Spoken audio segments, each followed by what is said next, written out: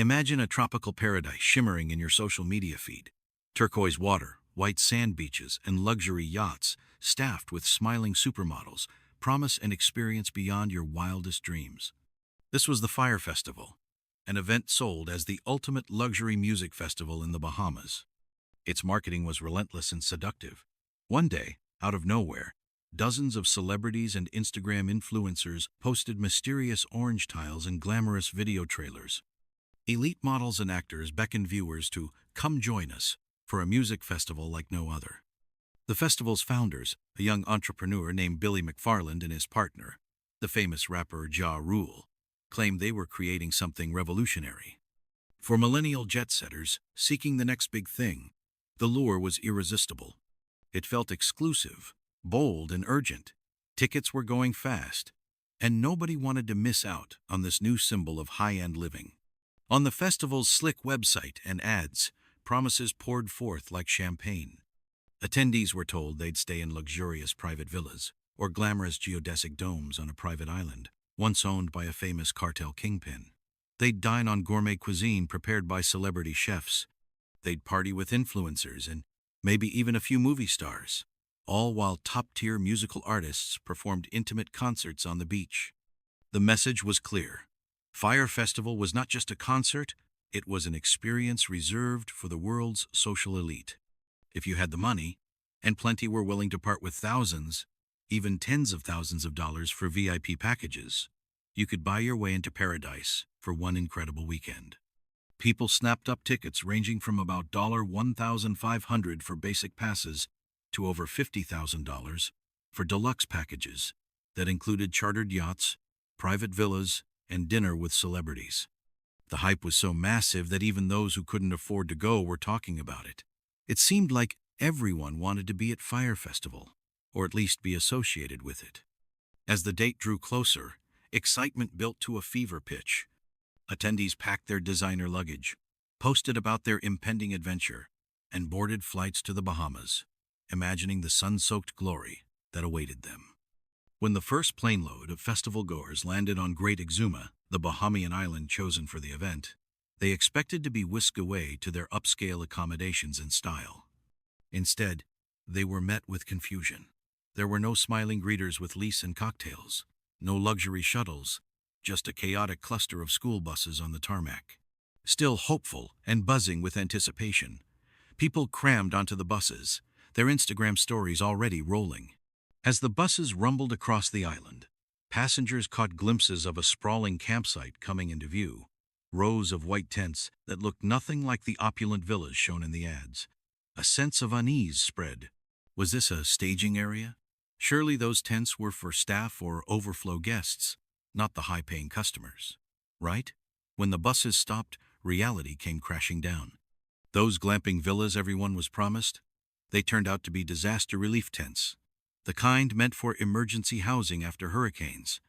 Dozens upon dozens of identical white FEMA tents were pitched haphazardly on a gravel lot, many with their mattresses soaking wet from a rainstorm the night before. There was no glamour, no luxury, just soggy mattresses, sparse bedding, and no sign of the promised VIP cabanas or beachside suites.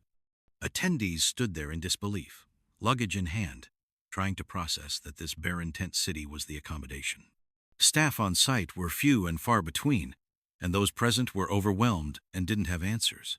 As daylight faded, people scrambled to claim a tent, any tent, to avoid sleeping out in the open. It was a free-for-all.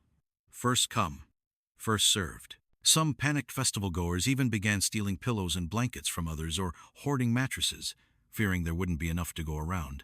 The atmosphere, which hours earlier had been full of excitement and music festival vibes, was now thick with anxiety and anger. Hoping to salvage some joy, attendees started looking for food and drink. After all, gourmet meals by celebrity chefs had been a major selling point. What they found instead has since become infamous: a sad, limp cheese sandwich served in a styrofoam box. There were no Michelin-starred chefs, no lavish catering stations, just plain bread, a slice of cheese, some wilted lettuce, and tomato slices constituting the gourmet dinner. Pictures of this pitiful meal quickly made their way to social media. encapsulating the betrayal and absurdity of the situation. People couldn't believe it. They had paid thousands of dollars for what was essentially worse than a school cafeteria lunch. And it wasn't just the food. The promised luxury amenities were non-existent. Reports spread of insufficient clean water. Some guests struggled to find something as basic as a bottle of drinking water. Sanitation was an afterthought. Portable toilets and cold showers, if any, instead of the spa-like bathrooms that had been teased. And what about the music, the heart of any festival? There was none. One by one, the major acts that were advertised to perform either pulled out at the last minute or had never been confirmed properly in the first place. Pop band Blink-182, one of the headliners, had announced on social media just before the festival that they wouldn't be coming, expressing doubts that they'd have what they needed to put on a quality show. Other artists quietly backed out, or just didn't show up on the island at all. So as night fell on that first day, the grand stage stayed dark. No music echoed across the beach, only the frustrated murmurs and shouts of confused attendees. The party of the century had fizzled into nothingness. Some people tried to make the best of it by drinking and dancing to music from a portable speaker, but most were too upset and worried. They had effectively been lured to a remote island under false pretenses, and now everything was unraveling. By late evening, the Fyre Festival site was devolving into chaos. Hundreds of young people were stranded in a place that was woefully unprepared to host them. Anger and fear replaced the initial excitement. Attendees realized they needed to get out, fast. But leaving wasn't easy.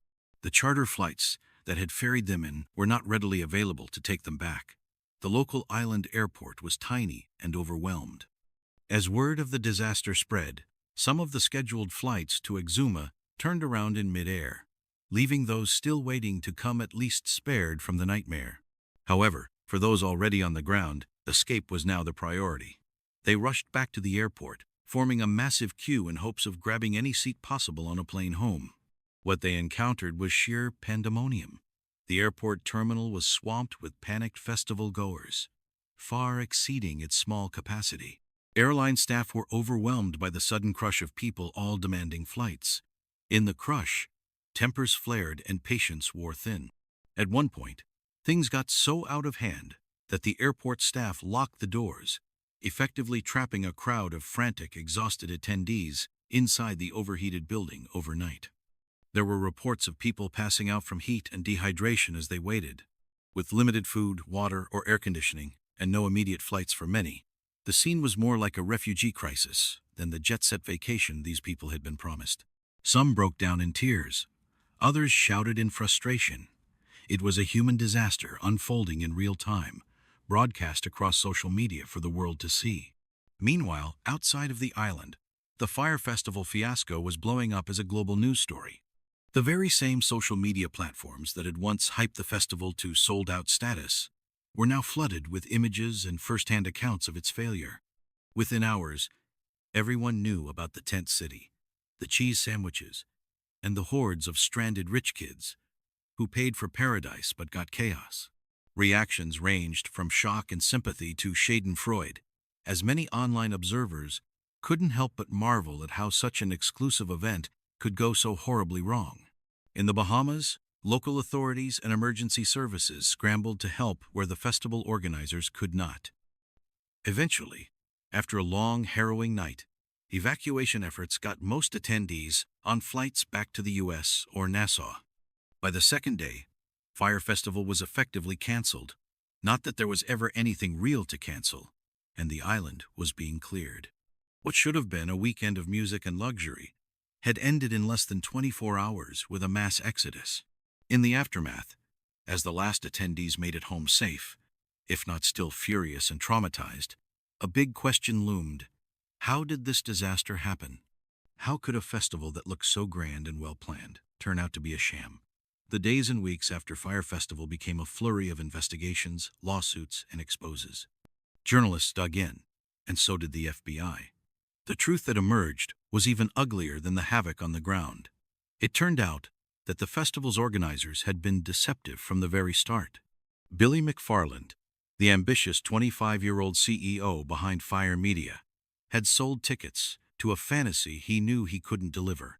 Planning documents and insider testimony later revealed that the organizers knew for weeks, even months, beforehand that the festival was dangerously underprepared.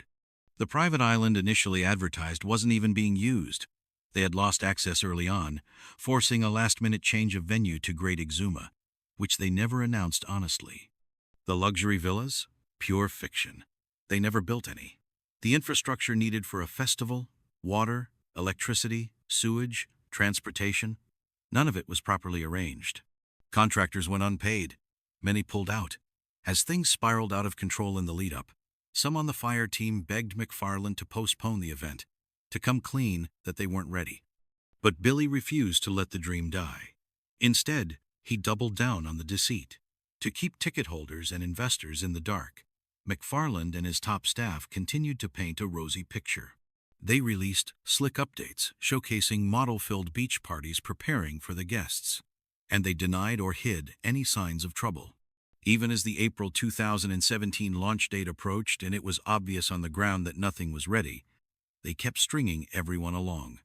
Behind the scenes, McFarland was also juggling a financial house of cards.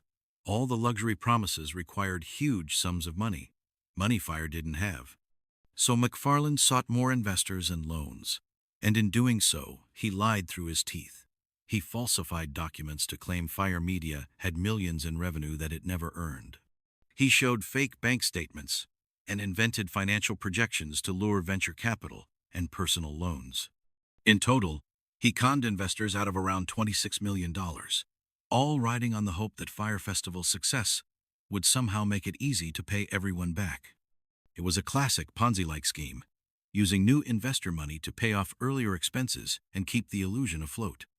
As long as tickets kept selling and money kept flowing, McFarland held on to the fantasy that they might just pull it off. Of course, reality couldn't be cheated. Once the festival collapse became international news, it was all over. The Bahamian government and many vendors were furious and unpaid. Attendees and their families were demanding accountability, and the media was uncovering the depths of Fyre's misleading practices. Very quickly, the Fyre Festival became not just a social media laughingstock, but a target for law enforcement. Billy McFarland's web of lies had been exposed, and there was nowhere left for him to hide. In late May 2017, lawsuits from attendees and investors started piling up. By June 2017, the FBI had investigated and McFarland was arrested, charged with wire fraud among other offenses. The arrest was made in New York, where his company was based. For the once lauded entrepreneur, it was a swift fall from grace, from partying with supermodels and promo videos to being led away in handcuffs. Over the next year, as the case moved through the courts, more details of the fraud came out. McFarland, facing a mountain of evidence and multiple lawsuits, eventually pleaded guilty to defrauding investors and ticket buyers. In March 2018, he admitted to 2 major counts of wire fraud in federal court. The judge and prosecutors did not take kindly to the scope of his deception. Not only had he swindled people out of money, he had put real lives in danger on that island through his arrogance and lies. By October 2018, Billy McFarland was sentenced to 6 years in federal prison. He was also ordered to pay back around $26 million in restitution to the investors and people he defrauded. In court, he apologized and acknowledged he had made serious mistakes, though that was little comfort to those who had trusted him. The punishment was meant to send a clear message that sweeping fraud, even under the guise of a flashy business venture, would not be tolerated. As for Ja Rule, the rapper who had lent star power to the venture, he claimed he was as misled as anyone and was not criminally charged, though his association with Fyre did tarnish his reputation and landed him in civil lawsuits. The Fyre Festival fiasco left a lasting impact far beyond a ruined weekend in the Bahamas. It became one of the biggest cautionary tales in the worlds of entertainment, social media, and marketing. In the festival industry, organizers began to invoke Fyre Festival as a warning. This is what happens when you emphasize hype over logistics, when you lie to your audience, and when you ignore basic planning. No one wanted the next Fyre on their hands, and attendees too became more wary. People who might have once leapt at a glamorous new festival began asking the hard questions. Is the infrastructure really there? Are the organizers experienced? Fyre made people realize that no amount of Instagram gloss can make up for proper planning. The scandal also put influencer marketing under a microscope. Fyre Festival's rise was powered by influencer endorsements. Models and celebrities had been paid hefty sums to promote an event they knew little about.